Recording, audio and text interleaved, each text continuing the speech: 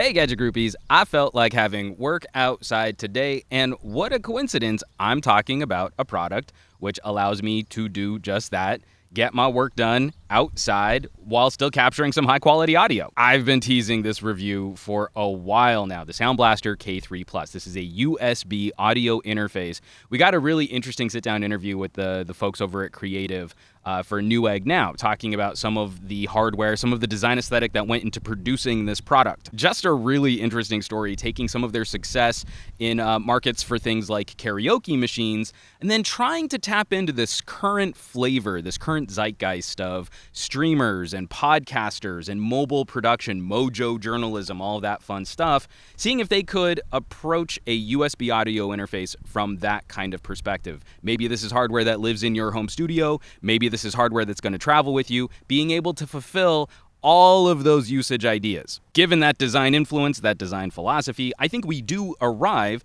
at a jack-of-all-trades, Swiss Army knife kind of product. Makes it a little difficult to untangle, to fully unravel just who this might be a good fit for. It overlaps on so many other competing products, mobile recorders, home USB audio interfaces, mixers, and then some of the software solutions we use to do things like put music in our podcasts or sound effects in our live streams. This is a stereo audio interface, some pretty decent preamps on the front. I'd rate them just below some of the less expensive Focusrite equipment that I've used, but I'm driving this one pretty hard out in an open environment, and that's one of the key features of this product. The example they gave was plugging this into some sort of USB battery pack, some sort of USB power source, but I'm running this directly off of an Android phone, specifically the Huawei Mate 10 Pro. The Mate 10 Pro is designed for some pretty advanced USB-C connectivity, plugging it directly into a monitor and getting a desktop-style work environment. So this is one of the better Android phones for a solution like this, making sure that it's properly delivering that USB power output. And connecting the K3 Plus to my Shure SM57 means I am driving this preamp pretty hard, but again, this is a more radio-style interface to help minimize the impact of a it's not super windy, but there's a nice light breeze coming through the trees here in Southern California. As a quick tangent, it's absolutely stunning to me that our phones are not only powerful enough to capture high-quality audio, but they're now also powerful enough to literally power a device designed to capture high-quality audio, but I digress. There is so much going on with this box. Built into this hardware, you've got various different types of reverbs to help color the sound as you're recording. Here's a sample with no echo. Here's a sample with lots of echo. Big reverb. And just a little reverb. It's got auto-tune capabilities where you can set the pitch, and the box will, in real time, try and augment your probably less than stellar singing capabilities. Yeah, I was gonna do this really elaborate sort of singing thing, but instead I'm gonna play it safe and not court the copyright strike. So if you were really trying to get a handle on your best auto-tune, T-Pain, Cher kind of karaoke experience, there is the ability to do this directly from this box without any additional hardware or software plugged into your chain. Here I stand, and here I'll stay. And then, like I mentioned before, it also has a plate of sound effects that you can roll through. Fairly limited in that regard. I'm not sure how useful these are going to be for all streamers, and they're going to start to sound pretty generic pretty quick if you start using them in your own live streams.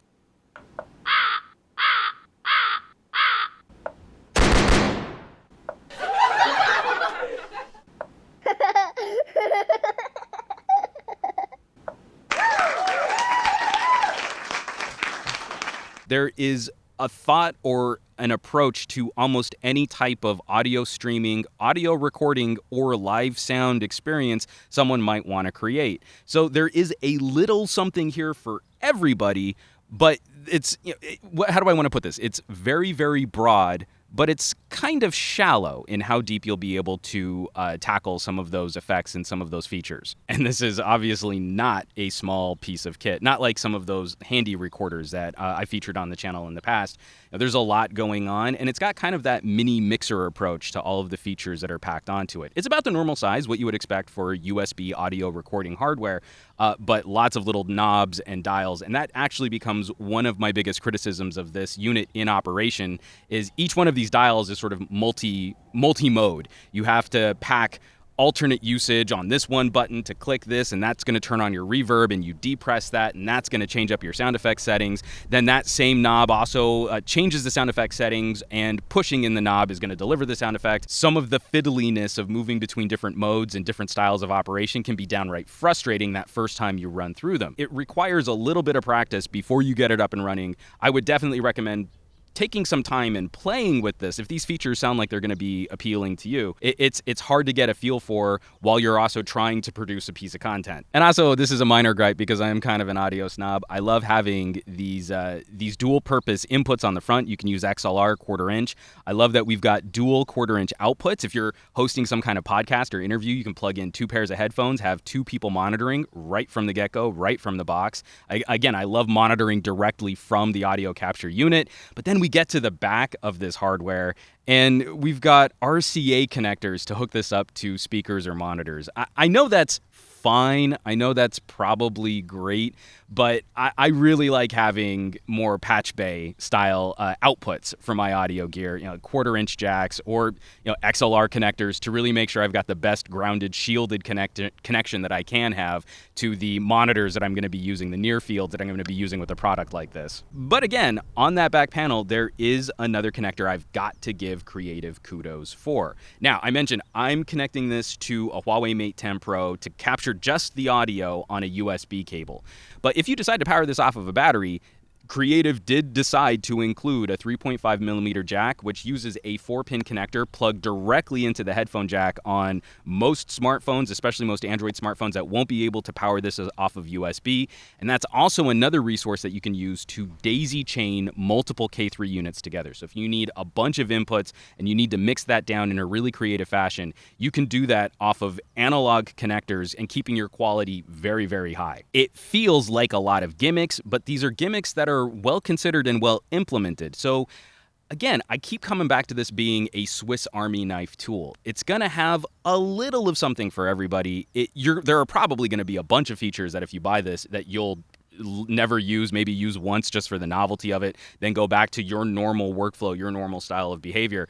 But it's nice that they're there because it allows Creative to position one product for a variety of different industries, for a variety of different solutions. It feels like you're going to be paying for some stuff that you're never going to really benefit from. And it's not always a great feeling when you feel like you're overbuying in one area or that you're buying on gimmicks that you're not going to be able to take advantage of. I'm starting to lose my shade. The sun's moving on me. One of the perils of recording live video and audio out in nature, or, well, in a park in Southern California. It's on that pricing argument, the concerns that maybe you're overbuying or you're buying some gimmicks, that I was actually a little surprised at where the market has gone.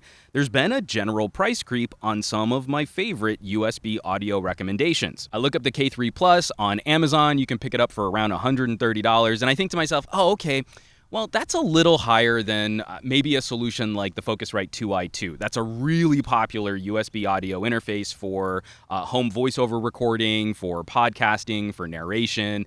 Okay, so Creative has kind of priced themselves a little aggressively there. I get it.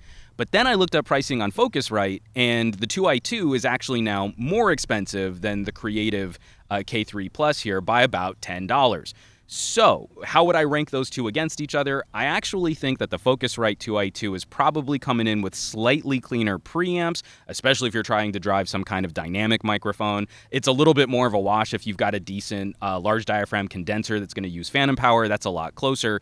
But for $10, you get a lot more flexibility. Oh, I should mention, $10 cheaper. You get a lot more flexibility coming from the Creative product, coming from the Creative solution, than you do from the Focusrite. That might not be a benefit for everybody. It might be worth paying the $10 extra to get a focused, streamlined product, which is going to be very easy to use, plug in your audio kit, and then figure out your other fun audio solutions with software or other pieces of hardware or other plugins, or save yourself $10, grab this, and then learn as you go how to get the most out of all of the features on this box. That's going to be the big question for folks out there. How do you want to position yourself? How are you trying to future-proof your audio solution, and how do you get the most out of your audio bang for buck? Ultimately, though, this is one of those things I get super excited about because audio has been in kind of a holding pattern since USB 2. We see maybe a couple little mixers here, a couple little interfaces there. We've seen an explosion in portable handy recorder type solutions, things like a Zoom or an Olympus. All of those things have been great. Now that I've been getting to play with some other solutions, wireless audio from Samsung, wireless audio from Mike Me, we're seeing something of an audio renaissance. Our phones are shooting incredible 4K video, but when you sit down to really consume a piece of media created on the fly, created on the run from these mobile devices, one of those sticking points between an acceptable experience and a nicer experience is going to be audio. And now we're seeing audio manufacturers step up to really address prosumer style solutions for consumers at far more competitive price points. This fits in really well with my current conversation, getting really excited